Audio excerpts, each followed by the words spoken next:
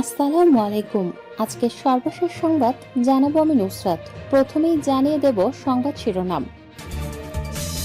৬ শর্তে ইরানের সঙ্গে আলোচনা করবে যুক্তরাষ্ট্র। নিউ ইয়র্কের রানওয়েতে আছড়ে পড়ল যাত্রীবাহী উড়োজাহাজ। ট্রাম্পের আল্টিমেটামে বিশ্ববাজারে জ্বালানি তেলের দামে বড় লাফ।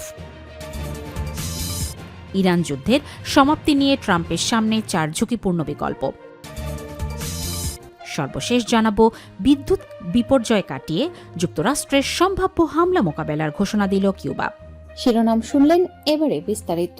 6 শর্তে ইরানের সঙ্গে আলোচনা করবে যুক্তরাষ্ট্র। যদিও ট্রাম্প সম্প্রতি সামরিক অভিযান গুটিয়ে আনার ইঙ্গিত দিয়েছেন, তবে হোয়াইট হাউস প্রশাসনের অভ্যন্তরীণ সূত্রগুলো বলছে যে যুদ্ধের পরবর্তী ধাপ এবং সম্ভাব্য শান্তি চুক্তির রূপরেখা নিয়ে ইতোমধ্যেই উচ্চ পর্যায়ের আলোচনা শুরু হয়েছে। সংবাদ মাধ্যম অ্যাক্সিওস নিউজ জানিয়েছে, ট্রাম্পের বিশেষ দূত স্টিভ উইটকফ এবং জামাতা জ্যারেড কুশনার এই কূটনৈতিক প্রচেষ্টার মূল কারিগর হিসাবে কাজ করছেন।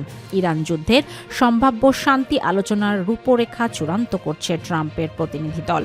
টানা 3 সপ্তাহের রক্তক্ষয়ী যুদ্ধের পর ডোনাল্ড ট্রাম্প প্রশাসন পরবর্তী ধাপ অর্থাৎ ইরানের সঙ্গে সম্ভাব্য শান্তি আলোচনার প্রাথমিক প্রস্তুতি শুরু করেছেন।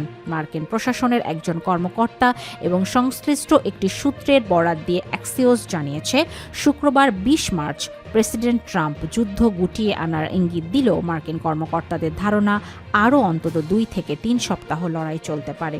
এই অন্তর্বর্তী সময় ট্রাম্পের উপদেষ্টারা কূটনীতির প্রাথমিক ভিত্তি তৈরি করতে চাইছেন। এই আলোচনা প্রক্রিয়ায় ট্রাম্পের বিশেষ দূত জ্যারেড কুশনার এবং স্টিভ উইটকফ সরাসরি সম্পৃক্ত রয়েছেন বলে জানা গেছে। নিউ ইয়র্কের রানওয়েতে আছড়ে পড়ল যাত্রীবাহী উড়োজাহাজ। নিউ ইয়র্কের লা গার্ডিনিয়া বিমানবন্দরে অবতরণের সময় মন্ট্রিল থেকে আসা এয়ার কানাডা এক্সপ্রেসের একটি যাত্রীবাহী উড়োজাহাজের সঙ্গে একটি গ্রাউন্ড ভেহিকেলের সংঘর্ষের ঘটনা ঘটেছে। রোববার 22 মার্চ সন্ধ্যায় ঘটা এই দুর্ঘটনার পরপরই বিমানবন্দরটি সাময়িকভাবে বন্ধ করে দেওয়া হয়। নিউ ইয়র্ক ফায়ার ডিপার্টমেন্ট এক বিবৃতিতে জানিয়েছে, তারা লা গার্ডিয়া বিমানবন্দরের রানওয়েতে একটি বিমান এবং একটি যানবাহনের মধ্যে সংঘর্ষের খবর পেয়ে সেখানে দ্রুত সাড়া দিয়েছে। তবে এই ঘটনায় তাৎক্ষণিকভাবে কোনো হতাহতের বিস্তারিত তথ্য প্রদান করা হয়নি। দুর্ঘটনার ফলে বিমানবন্দরে স্বাভাবিক কার্যক্রম ব্যাহত হওয়ায় হাজার হাজার যাত্রী ভোগান্তিতে পড়েছেন। ট্রাম্পের আল্টিমেটামে বিশ্ববাজারে জ্বালানি তেলের দামে বড় লাফ। কৌশলগতভাবে গুরুত্বপূর্ণ হুরমুজ প্রণালী খুলে দেওয়ার বিষয়ে মার্কিন প্রেসিডেন্ট ডোনাল্ড ট্রাম্পের কঠোর আল্টিমেটামের পরপরই বিশ্ববাজারে জ্বালানি তেলের দাম নাটকীয়ভাবে বৃদ্ধি পেয়েছে। সোমবার 23 মার্চ সকালে আন্তর্জাতিক বাজারে অপরিশোধিত তেলের দাম বাড়ার এই প্রবণতা লক্ষ্য করা যায়। ট্রাম্প ইরানকে দেয়া 48 ঘন্টার সময়সীমার মধ্যে এই জলপথটি পুনরায় উন্মুক্ত না করলে দেশটির বিদ্যুৎ কেন্দ্রে হামলার যে হুঁশিয়ারি দিয়েছেন তার সরাসরি প্রভাব পড়েছে বৈশ্বিক জ্বালানি বাণিজ্যে। CNN এর এক প্রতিবেদনে জানানো হয়েছে যে বিনিয়োগকারীদের মধ্যে সরবরাহ ব্যবস্থা ভেঙে পড়ার আশঙ্কা তৈরি হওয়ায় তেলের বাজার এখন অত্যন্ত অস্থির। ইরান যুদ্ধের সমাপ্তি নিয়ে ট্রাম্পের সামনে 4 ঝুঁকিপূর্ণ বিকল্প।